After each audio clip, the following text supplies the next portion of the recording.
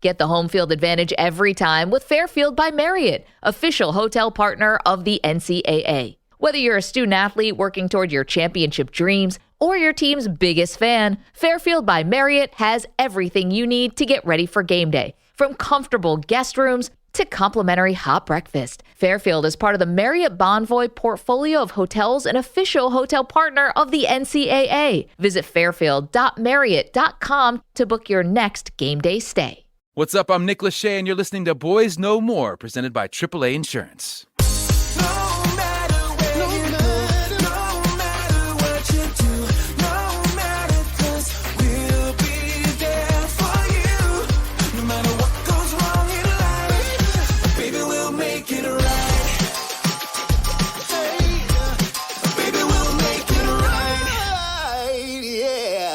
Visit AAA.com/insurance to get a quote.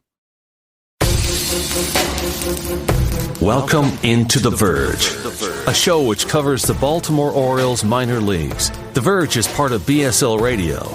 Baltimore Sports and Life is dedicated to analysis and discussion on the Orioles, Baltimore Ravens, and the University of Maryland. The site has a team of writers providing coverage of those teams and houses live streaming content weekly. Join the conversations at the message board, like BSL on Facebook, and follow BSL on Twitter.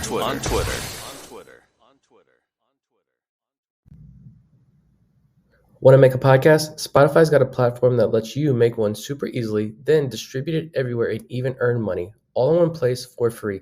It's called Spotify for Podcasters, and here's how it works. Spotify for Podcasters lets you record and edit podcasts right from your phone or computer, so no matter what your setup is like, you can start creating today.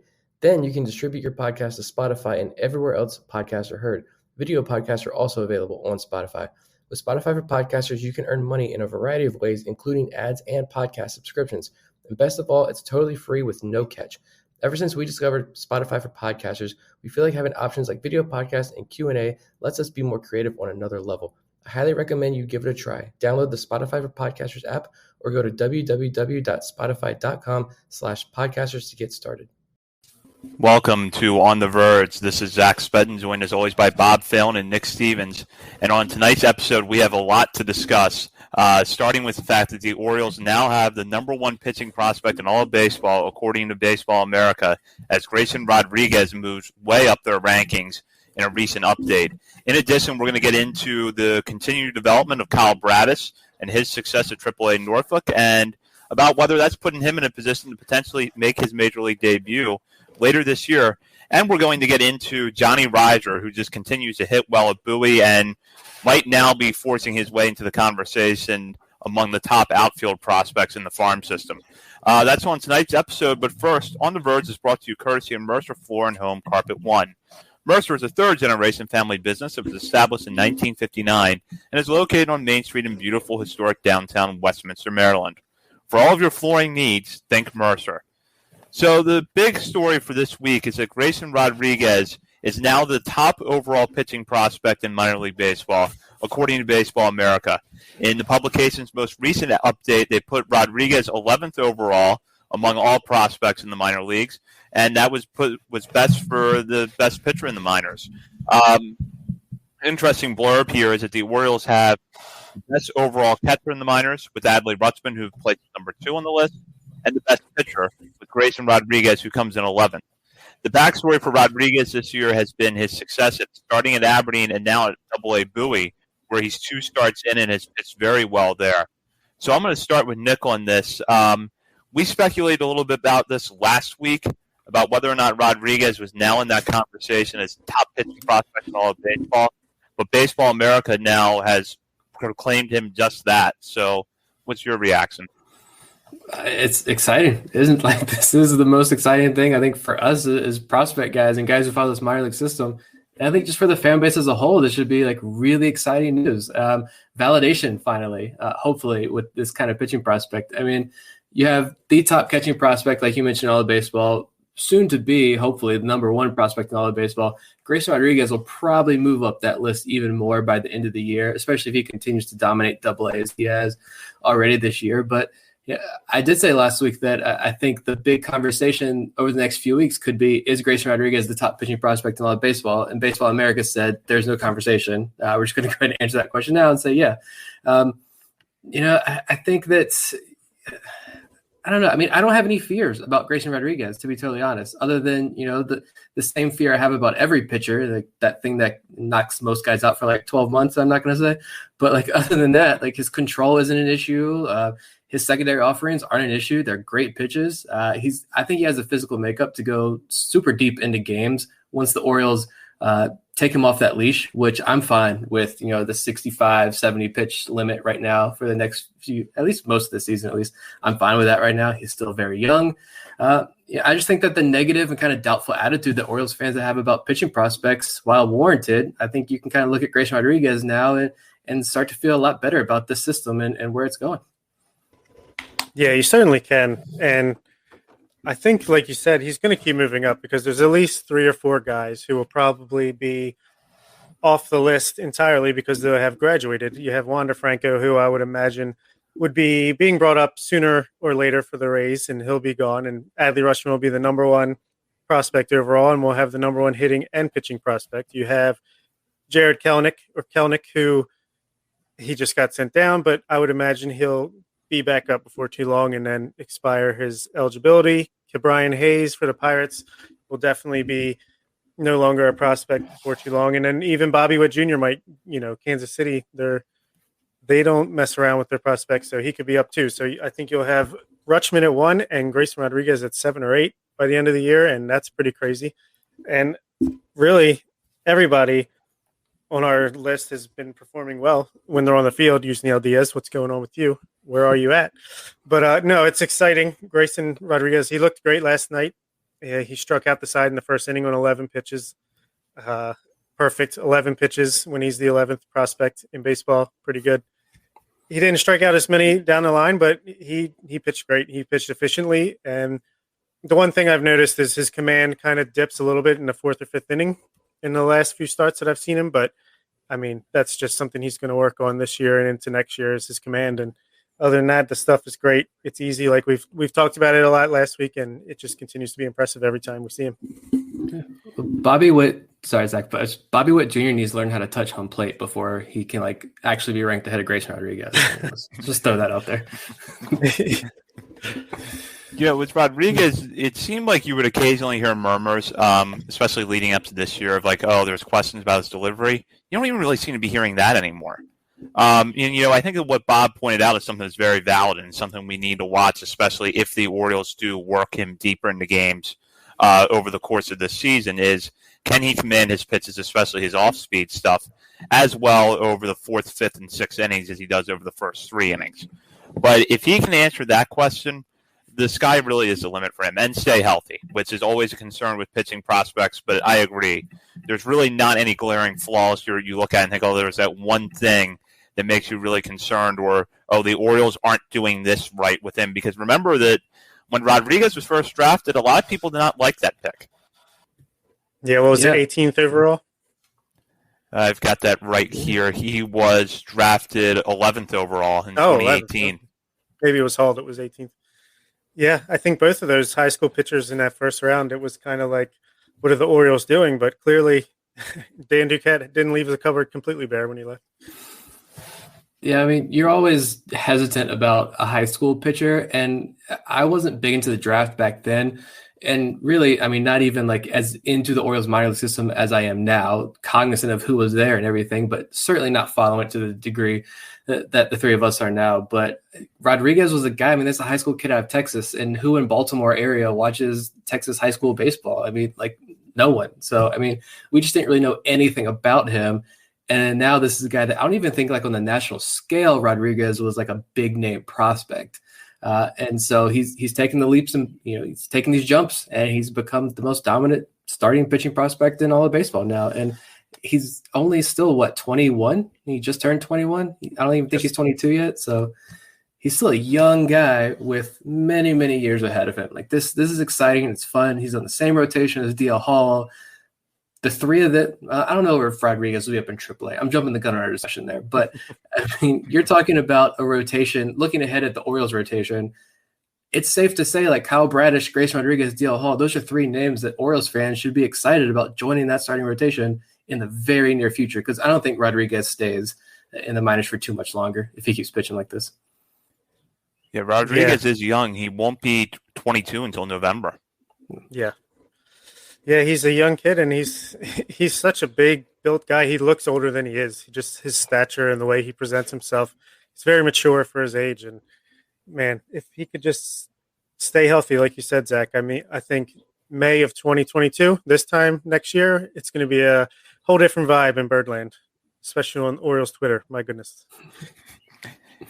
Yeah, it is starting to become easier to imagine that, by May, June 2022, you have Grayson Rodriguez, DL Hall, Adley Rutzman, and the guy we're going to talk about here in a little bit, Kyle Bradish, on that roster. And that's before you even get into the question of some of the players at Bowie who we know are definitely on the radar as prospects, with guys like Taron Vavra, Kevin Smith.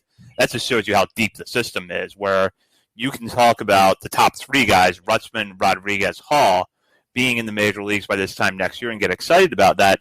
But then remember, there's also some pretty talented guys behind them that could be getting into the majors around that time or at that time. Yeah, and one thing too, I know the big debate, I think I was traveling last Thursday and vacationing last weekend, but I think Thursday was the off day that the Orioles were off, and I guess people were just bored. It's getting hot. People are tempers are starting to flare about this whole rebuild situation on social media. I guess that was a hot topic. I avoid that conversation. I don't want to dive into that conversation at all, because I mean, the past is the past. We're here where we're at now. We're talking about Rodriguez, Bradish, these guys, DL Hall, Rutschman up in the majors next year. I mean, we're not talking like, oh, it's a slight upgrade over, I don't know who plays second base for the Baltimore Orioles anymore. We're not talking about it's like a slight upgrade over there. Like, these are legitimate, the top prospects in all of baseball that the Orioles have. And they didn't even come out of the gate struggling this year. They came out, all of them, on fire. These top three guys, at least. And that's extremely promising for me. I know a lot of like more casual Orioles fans, they don't care about the 26th ranked prospect. They don't care that Anthony Servideo is a walk machine down in low A. I get that. We're weird like that. But your top three prospects dominating as well as they have and being recognized across the country as dominant prospects, that's putting a whole new spin on this, I think.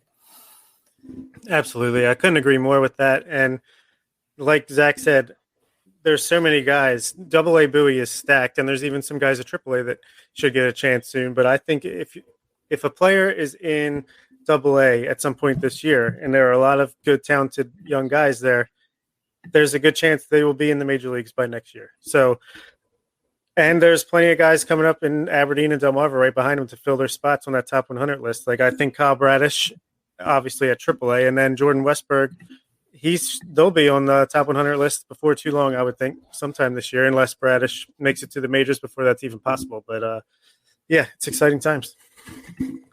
Yeah, I agree. I definitely think there's potential to see more players in the system join that list. And I believe it was Baseball America that mentioned Westberg back in the offseason as a player that either got a vote or was in consideration for their top 100 that missed the cut. So, if you're looking at someone who could potentially join Baseball America's list here in the next couple of months, Westberg, with the start that he's gotten off to, even though it's been a little bit slower going at Aberdeen, I'd have to think he's in that conversation.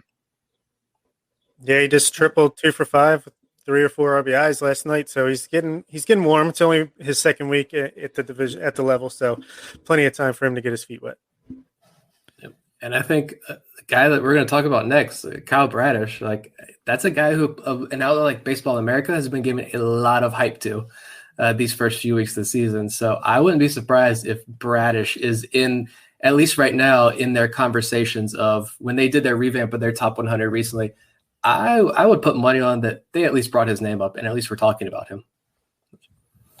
Yeah, certainly. And that's the perfect time, actually, to segue over to Kyle Bradish, who is now 3 starts into his time at AAA Norfolk and was pretty good in his last outing back on June 6th.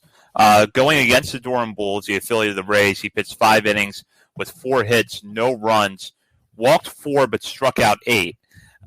So that was another pretty good outing for him, as in his previous start, he allowed 1 run over 5 innings and struck out 5 against just 1 walk. Given that he's having success at AAA and that across AAA and AA now, Bradish has struck out 43 batters in 27 innings, which is an ERA of 1. He's off to a dominant start. We know the Orioles are struggling with pitching at the major league level. And you kind of now are starting to question, and this is what we're going to get into with this discussion, is Bradish now in that conversation of pitchers that we should see in Baltimore sooner rather than later. To this point, I think we focus more on Alexander Wells, Zach Lothar. We've been waiting for Michael Ballman to get healthy and back at AAA to put him into that discussion. But now I'm starting to wonder, is Bradish in that mix for you? And I'll start with Bob. 100%. I mean, I don't see how he doesn't pitch in Baltimore at this point now. Just the way he's pitching, the success he's having, and the way that the Orioles pitching in general has gone with Kramer back and forth with inconsistency.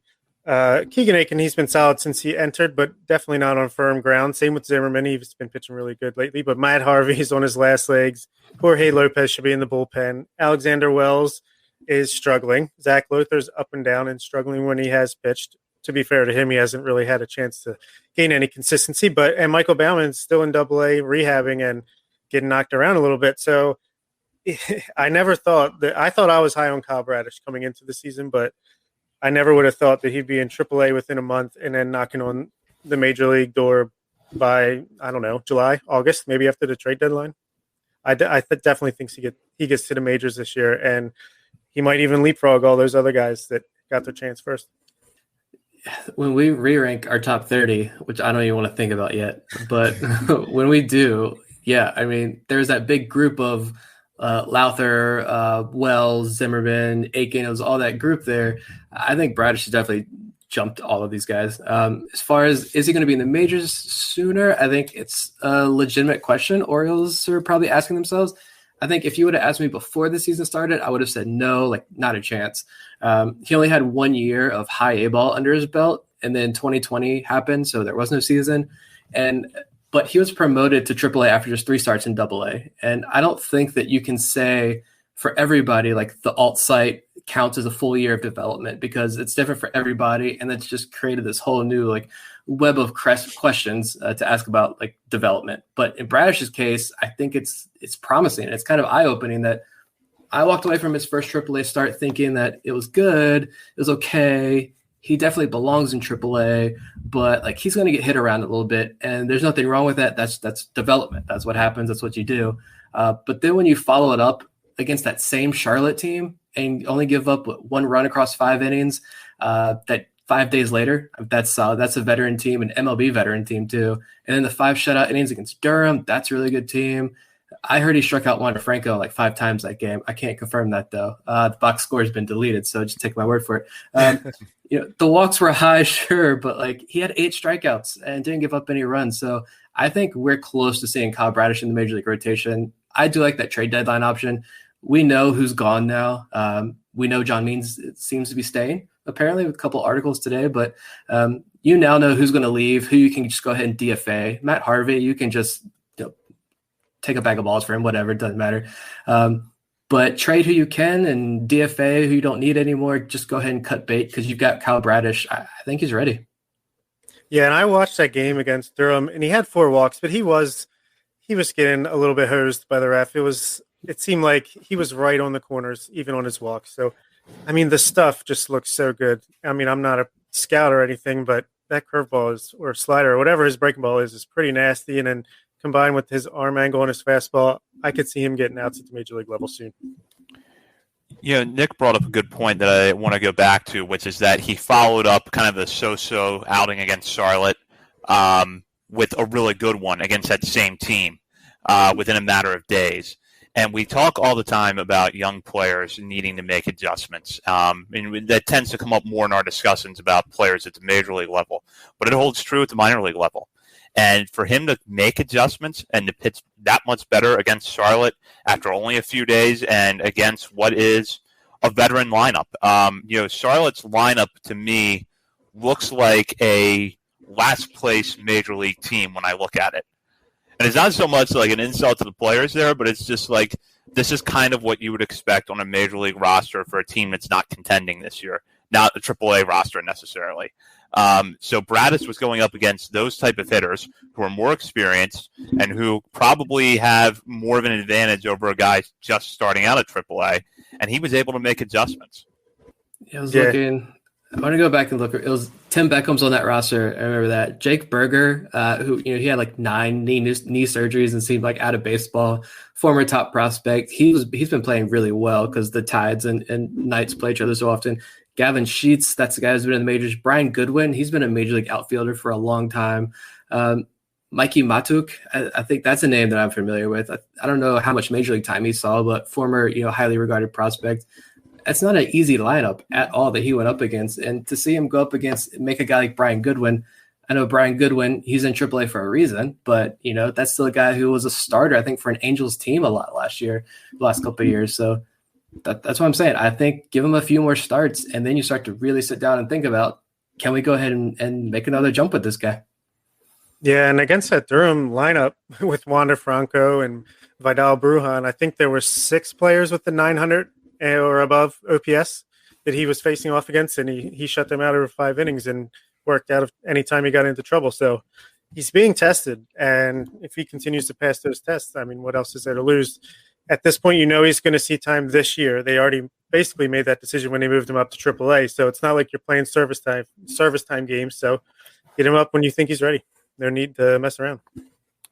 Yeah, I agree completely. And coming into this year, I thought Bradish was a guy that might be up there in 22, but that it might be more likely if he were moved to the bullpen, which some evaluators coming into this year believed was going to be necessary.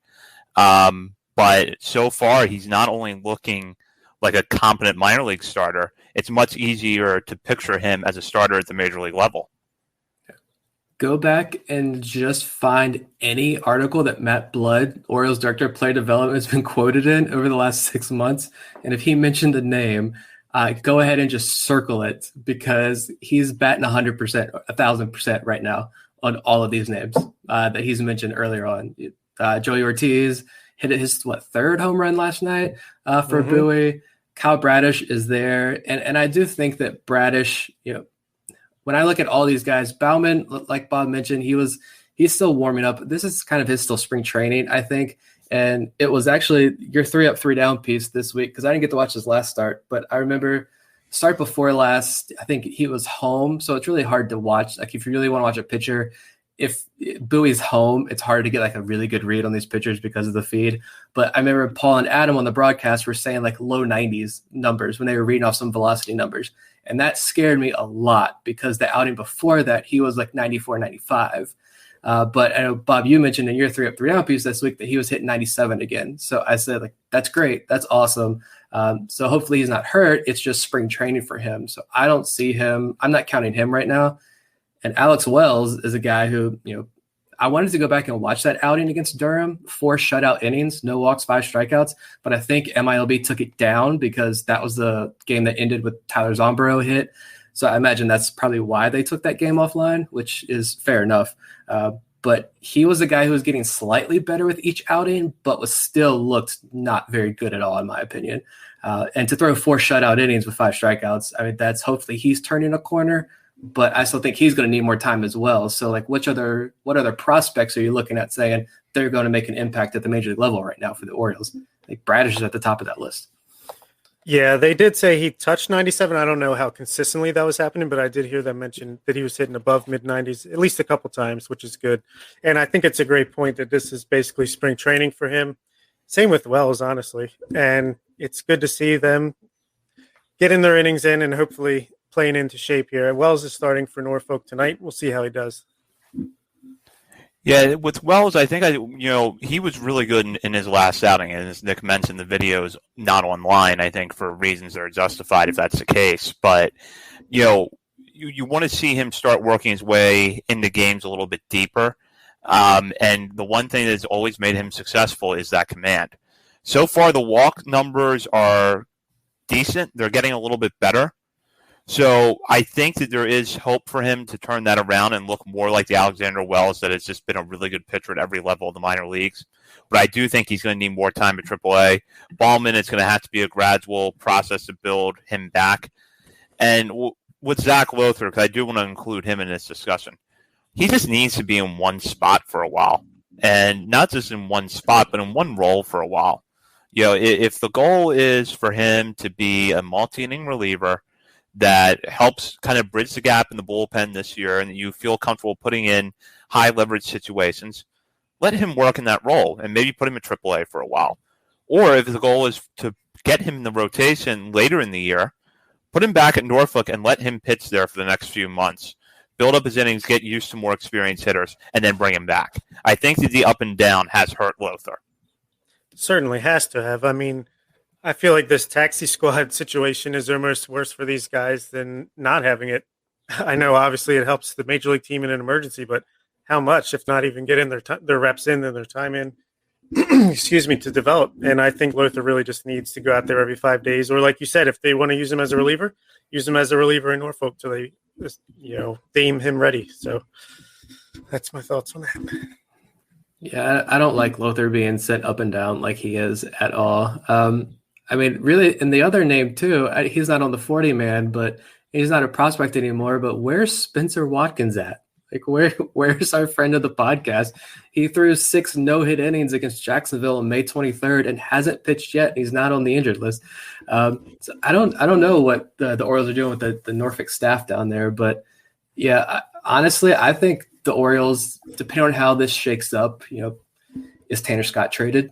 They already dumped Sean Armstrong. I don't know if he got claimed anywhere else by now or if he's still hanging out limbo. Yeah. So clearly, I think apparently teams are calling the Orioles. They're active. They're very interested in a lot of their pieces. Maybe if Tanner Scott, if teams still see that, maybe he's someone that gets traded. That was one of my bold predictions before the season started. I think there are some other names that you could probably go ahead and DFA or maybe move for like international money or something to go ahead and get them off the roster. Put Zach Lothar in the bullpen, and I want to see what he does there. But I don't know. You think some team around the trade deadline is going to try to get a 3-way trade going to get Jake Berger and Paul Fry? Berger and Fry? Terrible. It's terrible. I'm for it. Why not? It would make things interesting. And that's a good point, though, is that we're going to, over the next few weeks, I think, really get a better sense of who is going to move at the deadline or who's likely to move at the deadline. And then you can kind of start connecting the dots with Norfolk's roster and I think Bowie's roster even to a certain extent and figure out, okay, if you are going to move a Tanner Scott or a Paul Fry, maybe Zach Lothar is your best option to take over that spot, but you should start grooming him for that now. If that's in their head of, okay, we think that Paul Fry is going to get us a return that maybe comes close to what they got from Miguel Castro last year, or anywhere close to that, and we're going to move him, we're going to trade him because we know that we're not winning this year, probably not winning next year, then they want to put Lothar in that role when Fry goes. They should start grooming Lothar for that now. Yeah, that's a good point. And speaking of Miguel Castro, I think Kevin Smith is another guy who could work his way up to AAA Norfolk in the next couple weeks, and maybe he works his way into a shot on this rotation or at least pitching staff by the end of the year.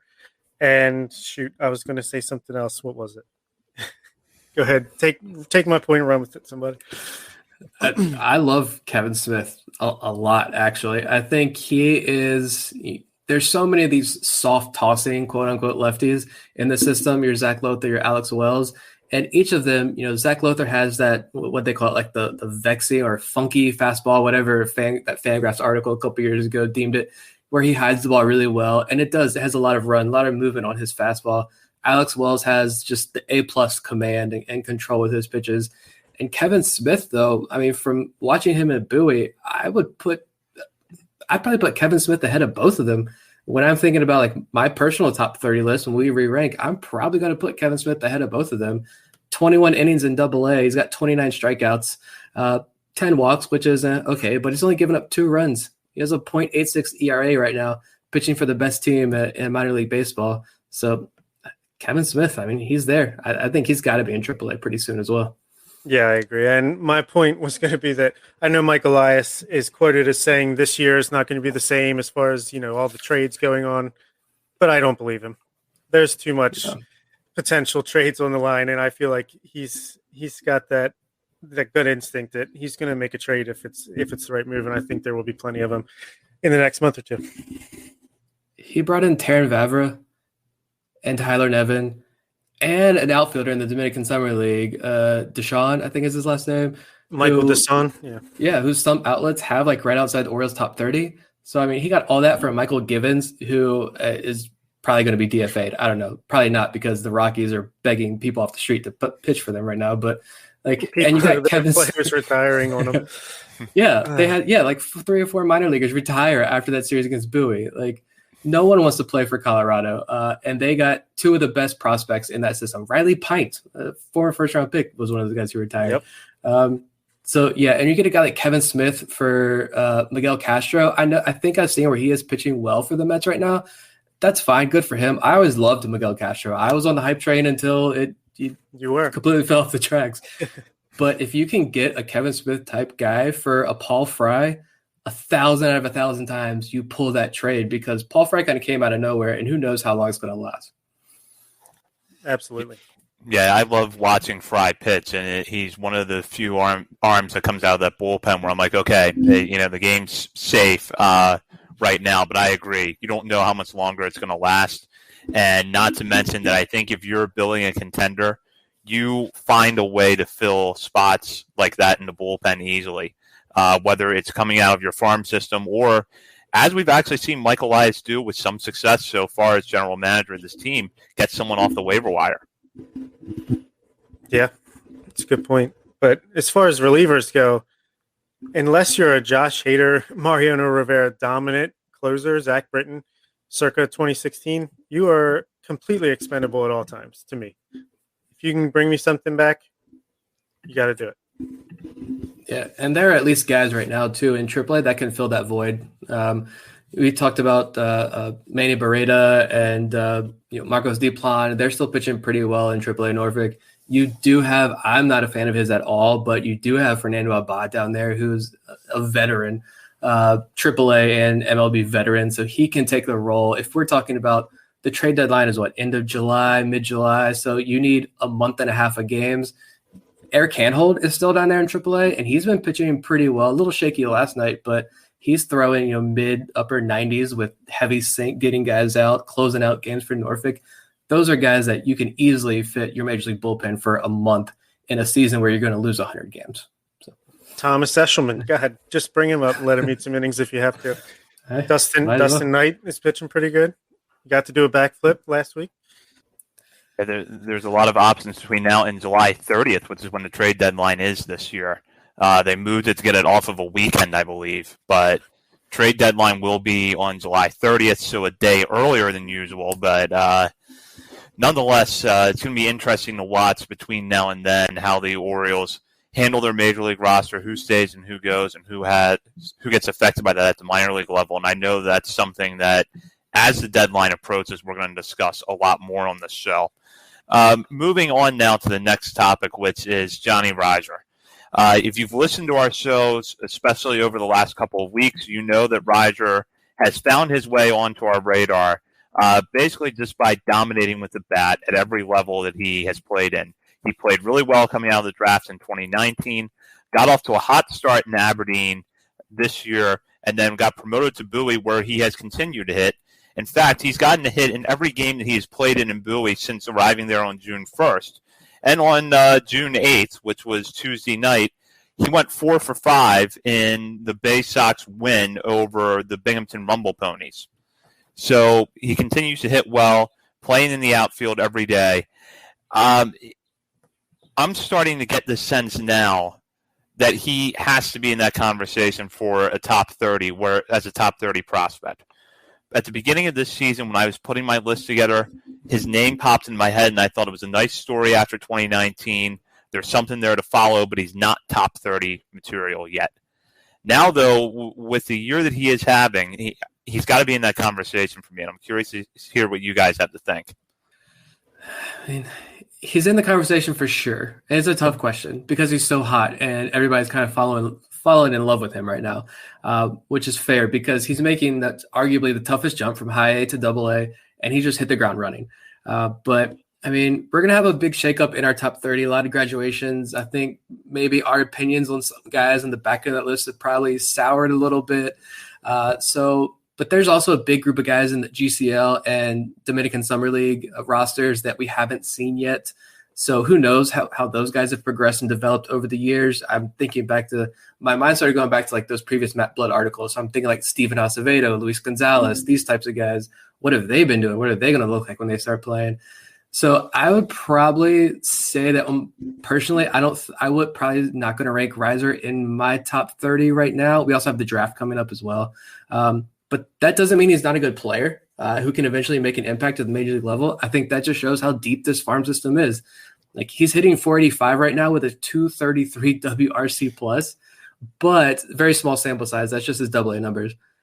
But he does have a 652 BABIP. I just looked that up before we came on, which is, I think league average is like 300, 330 or something. So, and he hasn't walked yet. He has a 0% walk rate and a 28% strikeout rate. So he's playing well, but I think there are some things that he's going to stabilize, but he deserves to be in Bowie right now. And I don't see why he can't be a fourth or fifth outfielder. And cold streaks happen, injuries happen. Baseball's a long season. I know it's not exciting for a lot of people to sit back and talk about a guy like this, a fourth or fifth outfielder in the organization, but these guys are valuable. And this is a guy you groomed yourself. So I think he's got a role, but again, that's just how deep this farm system is.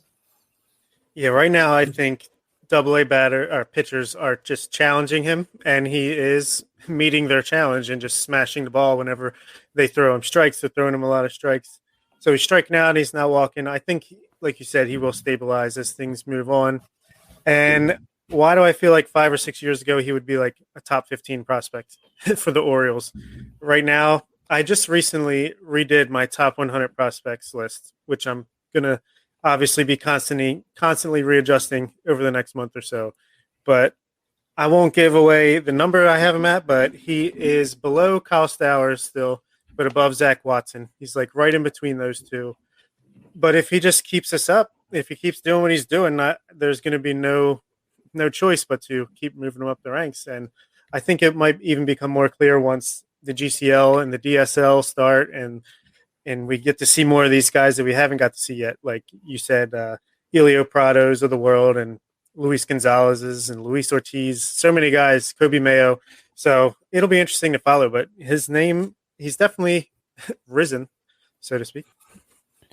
The one thing I wonder with the walks is that is true. He's not walked yet at AA, but he left Aberdeen with a 7.5% walk rate, which is not really high, but it's decent. The year before that, he was generally around 5.5%, 6% at the two levels that he played in, Aberdeen and Delmarva, 2019, I should say. So I do feel like that is going to come up a little bit. He's obviously not going to continue to hit in the high 400s. He's not going to have a WRC plus in the 230s. But I do wonder if those other numbers start to come down, which they will the walk rate come up a little bit? And at that point, I start to think you see a well-rounded offensive game if he's able to do that. But that is a good point, is can he start drawing more walks when we know that those numbers that he has right now are going to come down a little bit, or come down quite a bit, more likely? I just think he's a good, solid, all-around player. Kind of like I mentioned last week, talking about Zach Jarrett and mentioning Willie Yan. I think he's that kind of player, maybe even a tick better. But, I mean, this is just – he doesn't really maybe have, like, that standout tool that you're like, man, that power is amazing. But, he's going to hit 220 or whatever. His speed is elite speed, which, I mean, everything's just average, which is fine. And he's going about and he's doing his job. And he's a lunch pail guy, and I like that. I like that kind of guy. You need these guys in your system. And I think with him hitting as well in Bowie, there's a bigger point that I think I'll probably make when we talk about with another player later on, but that's having an effect on Johnny Rizer as well. But I mean, this guy's kind of come out of kind of nowhere and is hitting as well as he is at the AA level. You never know. This could be a guy that, what if something tragic not tragic, like that kind of tragic, but trades, a lot of trades, maybe some injuries, bumps and bruises. We're entering the last couple of weeks of the year, and just guys are just out of it. Their bodies can't take it anymore. And you need an outfielder. Is Johnny Rizer a type of guy that you say, all right, you get 2 weeks up in the major leagues this year. See what you got.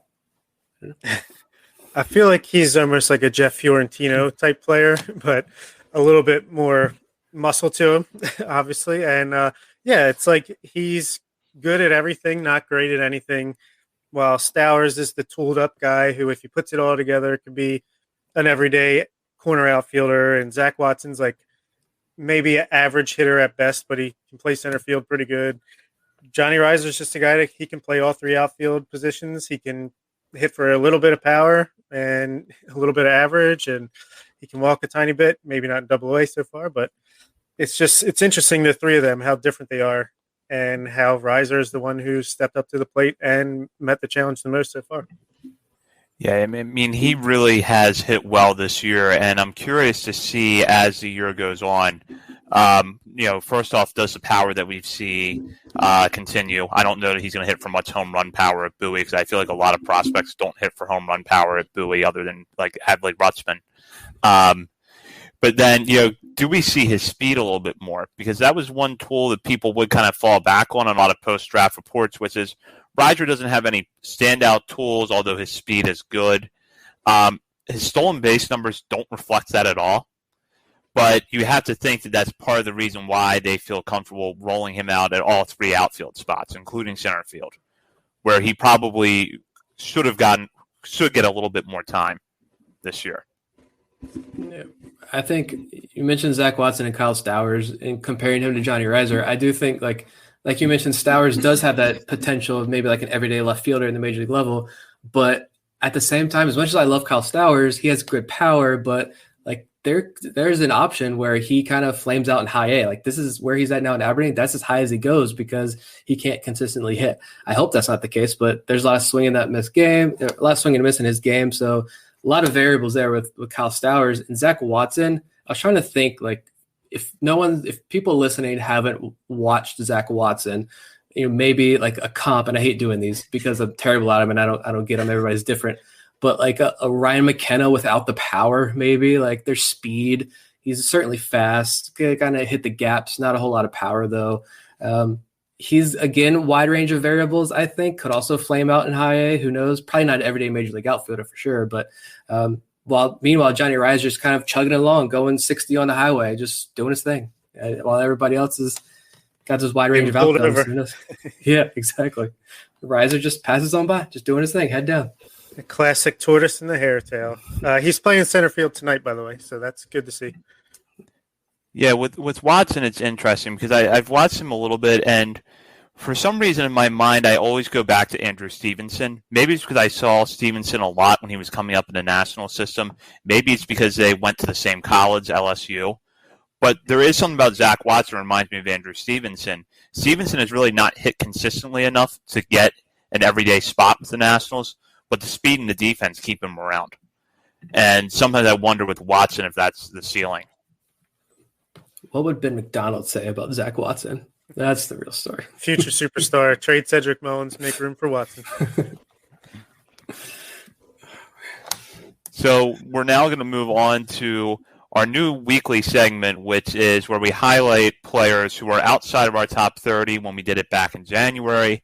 And we're going to get into some recent trend, whether it's a good game they had their last week, talk about what we like, why we think this player is worth watching going forward.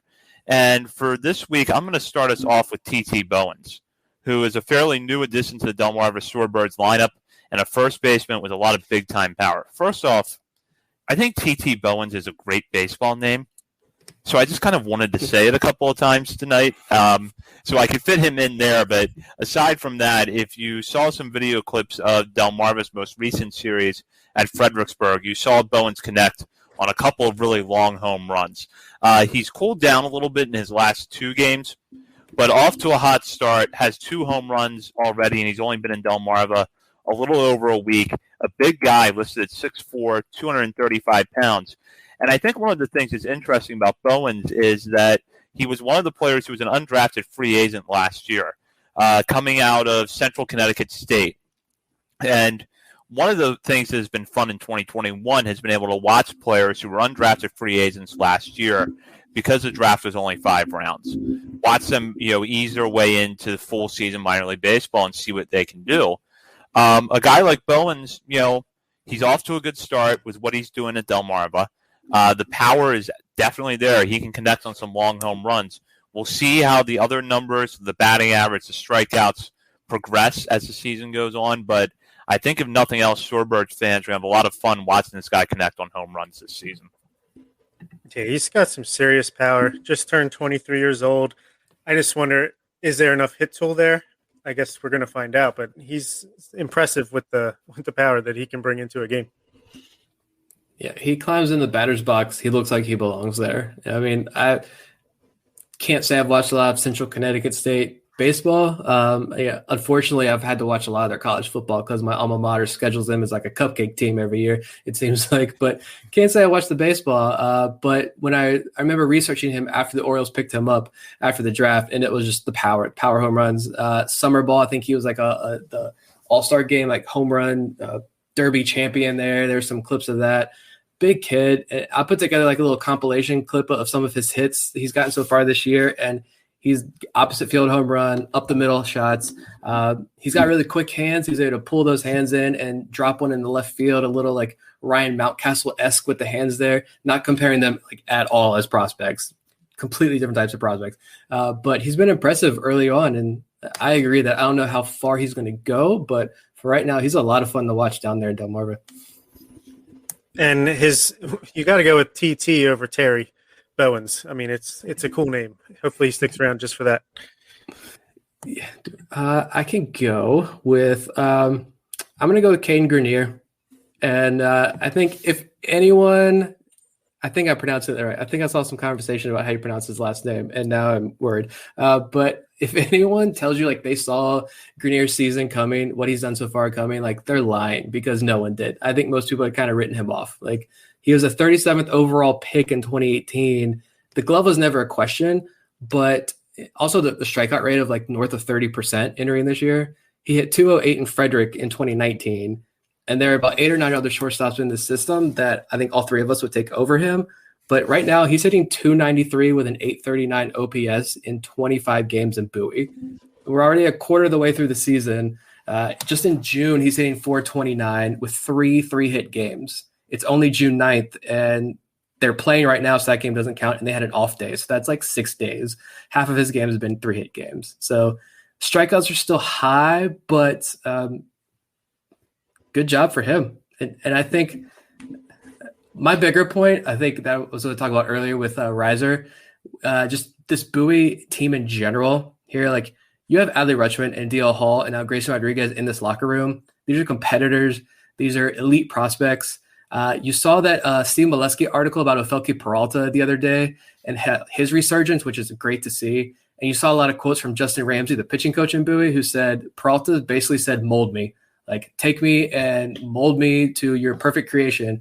And all these players are trusting Bowie's staff and this player development staff, and you're seeing it's working. Like, how many people had Cameron Bishop pitching this well, or he even knew who Cameron Bishop was? Grenier, there's so many guys, probably at least 5 guys on this Bowie roster that we probably had completely wrote off. And now all those guys are performing, and there's this whole new culture, like I mentioned last week in Bowie, taking shape. And they're going to take that culture with them in Norfolk, and they're going to take that with them in Baltimore. And maybe I'm blowing that weight out of the water, and it's making it a bigger deal than it is. But when I watch Bowie, like that's a special team. And this went way bigger than just King Grenier having a hot 2 weeks. But I think that plays a big role in it. Everybody's feeding off of that. I completely agree. I think that's a great point. And Caden Grenier, the first couple weeks into the season, I pronounced him dead on my 3 up, 3 down on the farm profile. And since then, he's been like the Undertaker, just rising from his grave and just killing the ball. I mean, he's got a BABIP over 400, so I don't think it's going to be quite as hot as he has been, but almost a 10% walk rate. He's striking out at almost 30% of the time, but I feel like it's been a little bit better during his hot streak, obviously. I almost feel like we've been talking about Mason McCoy as being that guy who could, get some playing time as a second baseman or utility guy. And I feel like Caden Grenier might be coming for his throne as far as that, that position is concerned. But I'm happy for him. I'm never been more happy to be wrong, and I hope he keeps it up. Yeah, Grenier was a guy that I think had dropped off my radar a bit this season, and that was even though I've always really liked his defense. And I think it was when Eric Longenhagen was on here, he pointed out that when Grenier was in college, his defense was so good that Oregon State moved Nick Madrigal off shortstop. So, the glove has always been good. There were always questions about the bat, and everything leading up to this season led me to believe that those questions with the bat were legitimate, and that with the shortstop depth improving in the Orioles farm system, Grenier was going to get lost in the shuffle and was going to have to get his way to the major leagues on defense if he was going to get there at all. Now he's hitting better, and the one thing with the strikeouts is that they are still higher than I would like to see for a player like him who is not going to give you a lot of home run power, but they are still down from where they were at Frederick in 2019 when they rose to almost 34%. Now it's down below, just below 30, which is still too high, I think, but it's at least a step in the right direction. One stat that I just pulled up here about Grenier, through May 26th, he was hitting 151 with a 428 OPS. So that tells you how hot he's gotten just since the end of May. I don't know that he keeps this up all year, but he's at least now looking like he belongs to the level with the bat, and you can start to get a little bit more hopeful about what he'll do at the higher levels of the minor leagues and maybe work his way into that conversation as a glove-first utility option at the major league level. Yeah, it's really all you could ask for at this point. But I guess I'll go into my pick, which is Toby Welk. That underdog story from 2019.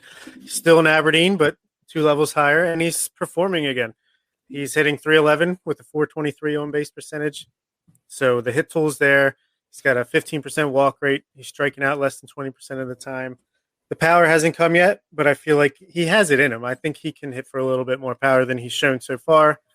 And I just really like the dedication that he's shown, and just another grinder who puts in the work. He has 7 errors, so I don't know if he can stick at third base long-term, maybe more of a first base guy, but I like seeing him continue to put in the work and be a leader on that Aberdeen team. Yeah, I mean, he was a D3 guy that the Orioles drafted, and to see him he took the ball and just rolled with it as soon as he became a professional with the Orioles back in 2019.